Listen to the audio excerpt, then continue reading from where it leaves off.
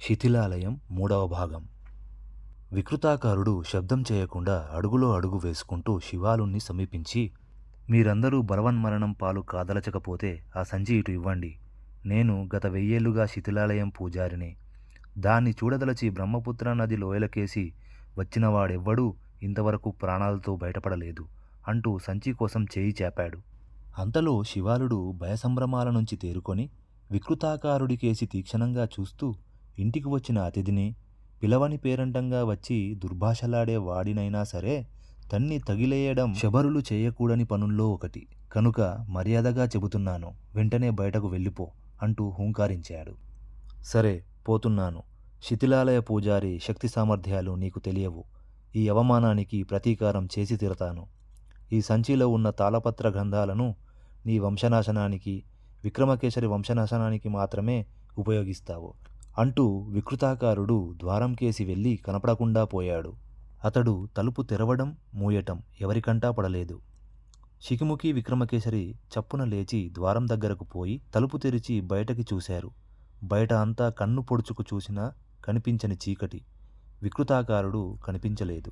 ఇంటి చుట్టూ ఉన్న కంచెదారి దగ్గర 2-3 శబరులు నిలబడి ఇంటికి కాపలా కాస్తున్నారు. శిఖిముఖి వాళ్ళను సమీపించి, పిశాచంలా అంత పొడవున్న నల్లదుస్తులవాడు ఎటుపోయాడు అని ప్రశ్నించాడు. నల్లదుస్తులవాడా? అలాంటి వాడెవడూ ఇటు రాలేదే అంటూ కావలివాళ్ళు ఆశ్చర్యపోయారు. అంతలో ఎర్రగండు పెద్దగా మొరుగుతూ కొలనుకేసి పరిగెత్తసాగింది. విక్రమకేసరి శిఖిముఖి దాన్ని వెంబడించారు. వాళ్ళిద్దరూ కొలను ప్రాంతం చేరేసరికి కొలనులో దబీమంటూ ఏదో బరువైన వస్తువు పడిన శబ్దం వినబడింది. కొలను చుట్టూ ఒత్తుగా పెరిగి ఉన్న చెట్ల చాటున నీడల్లా మానవాకారాలు కదలడం కనబడింది. విక్రమకేసరి చిన్న గొంతుతో, శిఖిముఖి, అరణ్యంలో నన్ను దొంగచాటుగా ముట్టడించిన దుర్మార్గులకు ఆ వికృతాకారుడు నాయకుడని తెలుస్తూనే ఉన్నది. వాణ్ణి గాని లేక వాడి అనుచరుల్లో ఒక్కగానొక్కనైనా గాని మనం పట్టుకోగలిగితే వికృతాకారుడి ఎత్తుగడలేమిటో మనం తెలుసుకోవచ్చు అన్నాడు. బావుంది. అలా అయితే ఇద్దరం ఒకే దిక్కుకేసి వెళ్ళడం కన్నా చెరొక వైపు పోవడం మంచిది. వాళ్ళు సాహసికులు. ఈటె ఉపయోగించడానికి వెనుదీయకు. గాయపడినవాడు దొరికినా మన ప్రయత్నం ఫలిస్తుంది అంటూ శిఖిముఖి కొలనుకు ఎడమవైపు ఉన్న చెట్లకేసి దౌడు తీశాడు. విక్రమకేసరి కుడివైపుకు పరిగెత్తాడు. గుబురు చెట్ల వెనక నుంచి శిఖిముఖికి దొంగల మాటలు, వాళ్ళు నడుస్తున్నప్పుడు కాలి కింద పడిన ఎనుటాకులు చేసే కరకర ధ్వని వినబడుతుంది. ఎర్రగండు చాలా దూరం నుంచి మొరుగుతున్నది. అది అందరికన్నా ముందు పోతున్న దొంగనెవడినో వెంబడిస్తున్నట్లున్నది. కుక్కను పిలిస్తే తనకెంతో సహాయంగా ఉంటుంది. కానీ దొంగలకు తన వాళ్లను వెంబడిస్తున్నట్లు తెలిసిపోతుంది. పల్లె యువకుల్ని ముందుగా హెచ్చరించి ఉన్నట్లయితే వాళ్ళందరి సహాయంతో దొంగలను చుట్టుముట్టి పట్టుకొని ఉండవచ్చు. తానూ విక్రమకేసరి ఒంటరిగా బయలుదేరడం పొరపాటే అయింది. ఇప్పుడేం చేయాలి అని శిఖిముఖి ఆలోచిస్తున్నంతలో దొంగల్లో ఒకడు కొంచెం బిగ్గరగా, పదండి పదండి, పూజారి దొర 3వ కన్ను తెరిచాడు అన్నాడు. ఆ వెంటనే 4-5 దొంగలు చెట్ల మాటు నుంచి గబగబా బయటకు వచ్చి కొలనుకు అల్లంత దూరంలో ఉన్న మామిడి తోపుకేసి పరిగెత్తసాగారు. పూజారి దొర 3వ కన్ను తెరవటం ఏమిటి అని ఆశ్చర్యపడుతూ శిఖిముఖి మామిడి తోపుకేసి దృష్టి సారించాడు. అక్కడ ఒక మాను పక్కగా 6-7 అడుగుల ఎత్తున ఏదో కాంతి కనురెప్ప పాటులో ఆరుతూ వెలుగుతూ అతడి కంటబడింది. అది పూజారి 3వ కన్నా? అద్భుతం. వాడు 1000 ఏళ్లుగా శిథిలాలయానికి పూజారిగా ఉన్నట్లు చెప్పాడు. ఇప్పుడు 3వ కన్ను తెరిచి మూస్తున్నాడు. ఇదంతా మోసమా లేక వాస్తవమా? శిఖిముఖి ఇలాంటి సంశయాలతో కొట్టుమిట్టాడుతూనే మామిడి తోపుకేసి పరిగెత్తబోయేంతలో ఎర్రగండు దెబ్బతిన్న దానిలా కుయ్యమంటూ పెద్దగా అరిచింది. ఆ అరుపు వింటూనే శిఖిముఖి ఉగ్రుడైపోయాడు. తన కుక్కను దొంగల్లో ఎవడో గాయపరిచి ఉంటాడు. వాళ్ళ నెత్తురు కళ్ళ చూడవలసిందే. పూజారి గుండెల్లో ఈట గుచ్చి తీరతాను.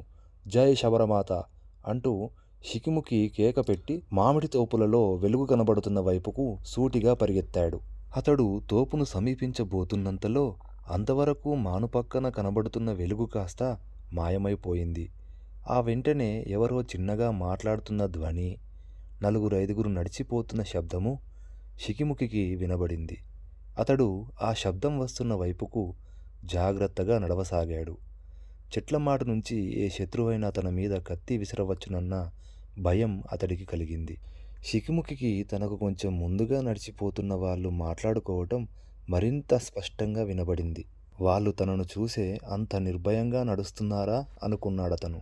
అంతలో దొంగల్లో ఒకడు కొంచెం పెద్దగానే, అది కుక్క కాదు పిశాచం, పూజారి దొరను చూస్తూనే కుయ్ మనకుండా దాని దవడలు నొక్కుకుపోయినాయి అన్నాడు. వాడు మాట్లాడుతున్నది తన ఎర్రగండు గురించి. దాన్ని ఈ నీచులు చంపారా? ఆ అనుమానం కలగ్గానే శిఖుమికి కోపంతో ఒళ్ళు మరిచాడు. ఆ స్థితిలో అతడు వెనక ముందు చూసుకోకుండా, దుర్మార్గులారా ఆగండి, ఈట దెబ్బ కాచుకోండి అంటూ ముందుకురికాడు. కాని అతడు 4-5 అడుగులు వేశాడో లేదో ఎడమకాలి కింద భూమి ఉన్నట్లుండి చప్పున కుంగిపోయింది. ముందుకు పడబోయినవాడల్లా తమాయించుకొని కుడికాలి ఊతంతో ఎడమకాలును పైకి లాగబోయేంతలో కాలికి తాడులాంటిదేదో గట్టిగా బిగుసుకుపోయి పైకి గుంజింది. మరుక్షణం శిఖుముఖి చెట్టుకొమ్మకొక దానికి ఒంటికాలి పట్టుతో తలకిందులుగా వేళ్లాడసాగాడు. అదృష్టం కొద్దీ అతడి కుడిచేతిలో ఉన్న ఈటె గుప్పెట పట్టు నుంచి జారిపోలేదు. తను ఎంత ఘోర ప్రమాదంలో చిక్కుకున్నది అర్థం చేసుకునే లోపలే చెట్లచాటు నుంచి అపహాస్యం చేస్తున్నట్లుగా పకపకమంటూ నవ్వు వినిపించింది. ఆ వెంటనే ఒక గొంతు, పూజారి దొరా, కొదమసింగాన్ని అనుకునేవాణ్ణి కుందేలు పిల్ల కింద ఉచ్చులో పట్టేశాం, ఇప్పుడేం చేద్దాం అనడిగింది. తొందరపడి అప్పుడే వాడి చర్మం ఉలచకండి, కొంచెం ఎడం మరీ సమీపానికొస్తే నా 3వ కంటి వేడికి భస్మమైపోతారు అంటూ వికృతాకారుడు చెట్టుచాటు నుంచి బయటకొచ్చాడు.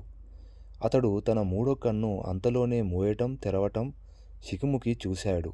ఈ వికృతాకారుడా శిథిలాలయ పూజారి అనుకున్నాడు శిఖుముఖి.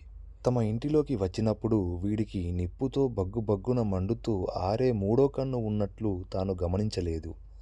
వాడు ఈటెపోటుకు అందేంత సమీపానికి వస్తే ఎంత బాగుండునో అనుకుంటూ శిఖుముఖి ఈటెను బాగా చాచి పూజారికేసి ఊగేందుకు శరీరాన్ని అటూ ఇటూ బలంగా విదిలించాడు. అతడి ప్రయత్నమేమిటో గ్రహించిన 2-3 దొంగలు తమ నాయకుడిని ప్రమాదం నుంచి కాపాడేందుకు శిఖుముఖి పక్కకు వచ్చి నిలబడ్డారు. ఓహో, ఈ ఆటవికుడు తన చేతిలోని పూచిక పుల్లతో నన్ను పొడవాలని చూస్తున్నట్లున్నదే అంటూ ఒక క్షణం ఆగి, అంతలోనే పెద్దగా చప్పట్లు చరుస్తూ, తల తిప్పగలిగితే చూడరా పక్షి, నీ శబరపల్లెను నా 3వ నేత్రానికి ఆహుతి చేస్తున్నాను అన్నాడు. శిఖుముఖి బలవంతంగా తల పక్కకు తిప్పి పల్లెకేసి చూశాడు. పల్లెలో పెద్ద మంటలు లేస్తున్నవి. పల్లె తగలబడిపోతున్నట్లుగా తెలియగానే అతడు ఎక్కడలేని ఉద్రేకంతో కాలిని బిగించి పట్టి ఉన్న తాడును తెంచుకునేందుకు పెనుగులాడుతూ, దుర్మార్గుడా, నీ సేవకుల్ని పంపి పల్లెకు నిప్పు పెట్టించావా? నీకు చావు తప్పదు. కొద్దిసేపట్లోనే మా వాళ్ళంతా ఇక్కడికి వచ్చి నిన్ను చిత్రవధ చేస్తారు అన్నాడు. పూజారి పకపకా నవ్వి, మీ వాళ్ళంతా తెగబడి ఇక్కడికి రాకుండా ఉండేందుకే మీ పల్లెకు అగ్గిపెట్టాను. అక్కడ అందరూ ఎవరి కొంపలు వాళ్ళు చల్లార్చుకునే ప్రయత్నంలో ఉంటారు. అది సరేగాని నిన్ను ప్రాణాలతో వదిలేస్తాను. ఆ తాళపత్ర గంధాలున్న సంచి నాకు తెచ్చిస్తావా అన్నాడు. తాళపత్ర గంధాలు కాదు, నీ తల నరికి విక్రమకేసరికి ఇవ్వబోతున్నాను అంటూ శిఖుముఖి బాగా చేయి చాచి ఈటెను పూజారికేసి విసిరాడు. కాని అదే సమయంలో ఒక దొంగ అడ్డు రావడంతో ఈటెవాడి భుజంలో గుచ్చుకున్నది. వాడు ఒక్క చావుకేక పెట్టి విరుచుకుపడ్డాడు. వీడు నేననుకున్న దానికన్నా మూఢుడు, సాహసి. కాలికట్టును విప్పి మెడకు తగిలించి లాక్కురండి. నేను మహావృక్షాల మీదగా నడిచి అడ్డదారి వెంట అరణ్యం చేరుతాను అంటూ పూజారి పెద్ద పెద్ద అడుగులు వేస్తూ మానుచాటుకు వెళ్ళిపోయాడు. ఇంతటితో శిథిలాలయం 3వ భాగం ముగిసింది. 4వ భాగం కోసం పాతకాలం కథలు ఛానల్ని సబ్స్క్రైబ్ చేసుకోండి.